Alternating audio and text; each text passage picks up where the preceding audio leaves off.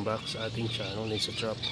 So share ko lang sa inyo to. Ito yung napakalaking pagbabago sa growing condition ng mga Helianthora natin dito. Samantalang ilang araw pa lang silang naililipat dito sa malaking paso na to, na bali napakaraming perlite dito. Baka 70-30 yung halo nito or 80-20, no? Mas maraming perlite.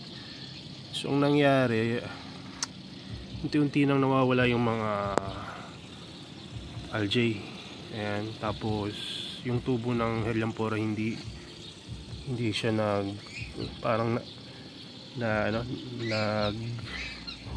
bumagal. Parang mas bumilis pa nga. Tapos mas maganda na itsura nila. Hindi na sila yung parang anytime pwedeng mag-root rot. So ang kinatatakot ko dito, baka mas mabilis matuyo, pero hindi naman. Lalo na kung maayos yung pagkakatanim. So sa tingin ko very effective itong ginawa natin. At kita nyo naman, itong mga akala ko hindi tutuloy na pagbukas dahil naigalaw natin yung mga roots, pero ayan, tumuloy pa rin. Pati itong mga nandito sa taas, ayan, mas malalaki na yung tubo, tumuloy pa yung teacher jump. Tapos dito naman sa lagi akong kinakabahan na nakatanim kasi ito ng mababa. O ngayon, kahit na ganyan yung itsura niya, wala na siyang parang nakakatakot na algae sa ilalim. At pati ito yung pinaka nagalaw natin na plants. So ayan, diba? Ito rin na parang nag-aalala ako dito sa nutrients na to, na baka sumunod sa pulikulata natin na akala ko mamamatay. Namatay na pala ito. Ewan ko kung mabubuhay pa to, pero hoping na sana makabuhay pa yan, kasi yung ugat niya okay pa. Pero bihira yung mga nakakasurvive sa ganyang klase ng lagay. Pero kung titingnan nyo maigi, meron pang mga fresh part si pulikulata. Ewan ko kung mabubuhay pa yan. Sana mabuhay para hindi na ako bibili. Pero naka-order na pala ako, baka kaya hindi kunin, no? So ayan, ito naman si Psyllata na ang bagal tumubo ngayon. Tignan nyo, nagbigay na ng panibagong growth point sa likuran. Ibig sabihin, dalawa na to. Isa lang binili ko, naging dalawa ngayon. So happy ako dito sa bago kong setup. Maayos yung naging resulta. Bago ko ito ilipat, kala ko kakaroon ako ng problema dahil nasanay sila sa mababang medium. Pero nung tinaasan ko na, ayan, talaga naman na ramdam ko na masaya sila. Hindi totoo. Kapag nag-aalaga ka ng halaman, parang alam mo nung pagkakabado ka, alam mo na hindi rin sila maganda yung lagay. Pero pagka kikita mo yung ganda nila na hindi man lang ininda pa at nagustuhan pa, so ibig sabihin mas gusto nila yung bagong growing condition nila ngayon. Ang naging difference siguro ngayon, kaya naging successful tong malaking growing condition natin na to, dahil less yung hangin na pumapasok dito. So hindi sila mabilis natutuyo. So gustuhan nila yon. Ko alam kung sa wild bakit. Siguro nga dahil sa wild, kasi dahil tuktok yun ng bundok, malamang mapag doon at laging nga naulan. Dito naman sa may bubong tayo. So ang ginagawa lang natin lagi nating dinidiligan, top watering, misting. After nga ng video na to, magdidilig ako. Pero napansin ko okay siya. At waiting ako dito sa ito pala, nasakto rin tong video natin. Naglabas na ng third picture. Itong ating 2 picture, yun, ICI. Naglabas na siya ng third picture sa gitna, at hoping na mas malaki na siya kaysa sa dalawang nauna. Tapos ito naman si Pulchella. Hindi rin ininda yung pagre-repot sa kanya, at parang nagustuhan din niya yung bago niyang setup. At ito naman si Heterodoxia X minor. Ito lang yung pinaka talagang kinakabahan ako. Dati nang may sakit siya, tapos tinransfer pa natin, nagalaw-galaw pa siya. Pero hopefully mabuhay rin siya. Yan, so kung maliit, ngayon malaki na. Kaya pag may mga halaman kayong slow grower, huwag kayong mag-alala, darating nyo rin yung time, basta tama pag-aalaga nyo, lalaki rin yan. No, minsan nabili tayo ng napakaliit na halaman para makatipid, tapos pag namatay kala natin mali desisyon natin. So kailangan ng talaga tamang pag-aalaga, and after some time lalaki rin yan, at mas magiging happy ka kasi ikaw yung nagpalaki. So yun lang muna siguro ang ating video about dito sa Helianthora. At tingin ko na-try ko rin itanim dito sa setup ko na to yung Cephalotus natin na nag-iisa dito sa ilalim. Baka mas maging happy siya dyan sa setup na to, or baka gawin natin ngayon lang para kita nyo rin.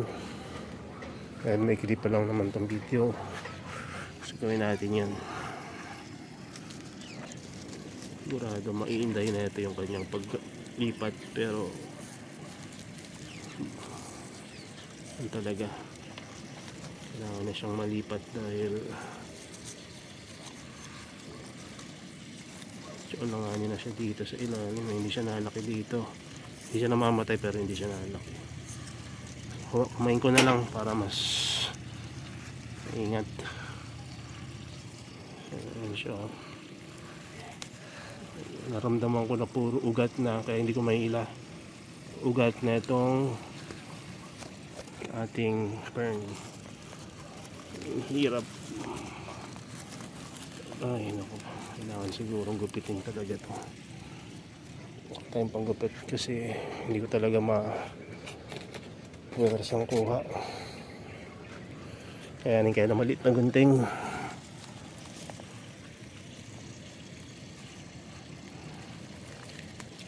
Ayan, puro ugat na yan, kaya ganyan.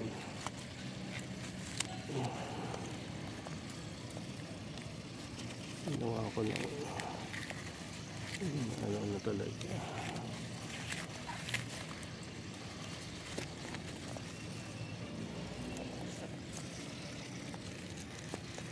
Hirap siya kunin na. Ayan.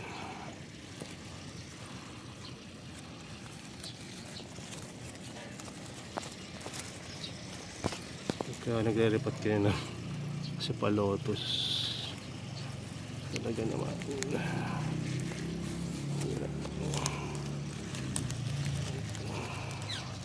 Ito nahirapan ako dahil may ugat na kasi ito. Puro ugat na ng...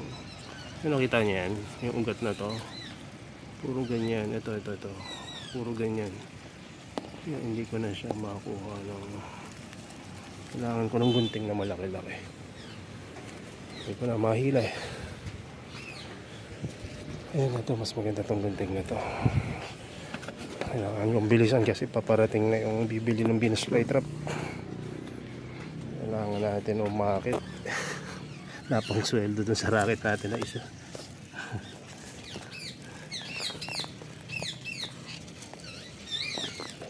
Ayun ako, pasensya na sa likod ng camera. Ayan, mas madali itong malaki. Yeah.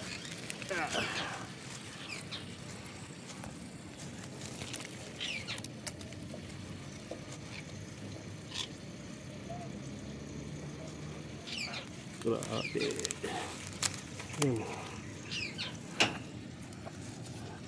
Kuha na siguro natin. Hindi pa rin. Grabe naman. Nakadikit ng Helianthora na to. Talang tinusok ko lang to. Wala tong ugat masyado eh. Pero yun. Meron kasing fern. No, so hindi ko naman gustong tanggalin siya sa kung baka nagugat na to kahit kapapaano. So lagay na lang natin dito yan. Sama na natin itong fern na to. Wala siya tumubuo dyan. Uy, mahulog pa. Ayan, hawakan naman natin. Tik lang mahulog. So ito na yung Cephalotus natin. Helianthora ko ng Helianthora kanina. So ito na yung Cephalotus. Ilagay na natin dito sa ilalim. So meron siyang kasamang fern. Baka kakalat yan dito. So yan na natin. para maging compact rin yung ano, mag-aerated pero may kapit. Kasi ito walang kapit. Tingnan nyo, pagka konting dilig na tatanggal yung mga perlite. Kailangan natin ang ugat ng fern. So ayan na yung ating Cephalotus. Tandaan nyo yan ha, wala pa yung maayos na picture. Ayan pa lang. Wala rin itong ugat nung tinanim ko dati. Katusok lang yan sa ilalim ng ping. So meron tayong tinanim dati dito, leggy, toge na Cephalotus. Ibig sabihin ng leggy, yung mahaba dahil walang ano, kumbaga light masyado. Ngayon ito, nag-picture na lang medyo medium size yung isang Cephalotus natin. So okay siya. Kumbaga kinakaya naman pala ng mga, galing kasi tissue culture yan eh. O kaya palang i-acclimate outdoor ang Cephalotus at nagpipicture din kahit na maliit. So ito naman yung pangalawang try natin ng Cephalotus. So sana mabuhay ka dyan. Itong nagupit natin na fern, alam makaka-recover agad to. Napakatibay niyan. Pakaliit lang niya nung nakuha ko. Bigay lang yan nung ni Sir Albert Santos sa atin. At we are more than happy to accept lahat ng previous. Pati ito kasama to sa mga pre ni Sir Albert. So mabahaba na rin sir. Pati ito sir, nabuhay ko na rin. Itong parang turtle, ano man tawag dito, limutan ko, pero may turtle yun eh, parang turtle back ba yan. So ayan, lumaki na siya sir. Parang 3 growth point na siya dyan. 1, 2, 3. So sana maparami ko yan. Parang wala akong makita masyado sa market yan, or hindi ko lang alam kung anong isi-search. So ayun lang yung update sa Helianthera natin, tsaka sa Cephalotus na tinanim natin ngayon. So masasabi ko na okay talaga yung mataas yung perlite na medium, pero ang sekreto dyan, kasi hindi mo naman magagawa yan sa pulsan eh, or ano kayang paraan para may gawa natin sa pulsan yan. Sobrang daming perlite. Kasi pag pinulsa natin yan, sobrang daming perlite, iinit yung perlite, madaling matutuyo, no? At kung mahangin, pahanginin lang yan. Pero dahil dito partial sunlight or shaded, plus hindi rin nahanginan masyado, pero may air circulation. Kasi ano, open yan, open din yan. Ang cover lang talaga yan, gilid, taas, gilid, ilalim, open din yan. So ayun yung setup ko dito sa aking growing area, na iniisip ko nga kung gagayahin ko na pati ito hanggang dun eh. Kaya lang gastos na naman yan eh, medyo hindi tayo masyadong makarakit sa carnivorous plant ngayon dahil busy tayo sa ibang bagay. But anyway, no, darating din yan pag hindi na tayo naging busy, may kakasana natin yan. So ayun no, pagka mag-alaga kayo ng ano, ito maganda pala itong advice dun sa mga, lalo na yung mga dati nag-alaga na nag-field, damihan nyo ang perlite, sigurado magiging successful na kayo. Kasi naisip ko, no, pag maraming perlite, kahit na medyo mababa yung pagkakatanim mo, hindi pa rin mabubulok yan. Pero kung mataas ang sphagnum moss, pag medyo lumalim na ng konti pagkakatanim mo sa Helianthera, bulok agad. Kaya ayan, no, gawin nyo, damihan nyo yung perlite para hindi siya maging maarte sa pagkabulok. Tapos huwag nyo kalimutan yung combo ng mataas na perlite. Kailangan less na hangin. Bumili kayo ng UV plastic na pang cover sa tagiliran, no, mura lang naman yan kumpara sa halaman nyo. Kung ayaw nyo gawin yon, gusto nyo gawin greenhouse paggawa nyo, kung may budget kayo, sana all talaga. Gusto ko rin greenhouse eh para sa mga carnivorous plant natin. Pero darating din yung araw na yan. Pero sa ngayon, tatsaga tayo sa setup natin na meron tayo ngayon, no? At ngayon nga magdidilig na ako dahil chinerge ko ito kagabi. So yun lang muna, at kita tayo sa susunod na video. God bless and bye bye.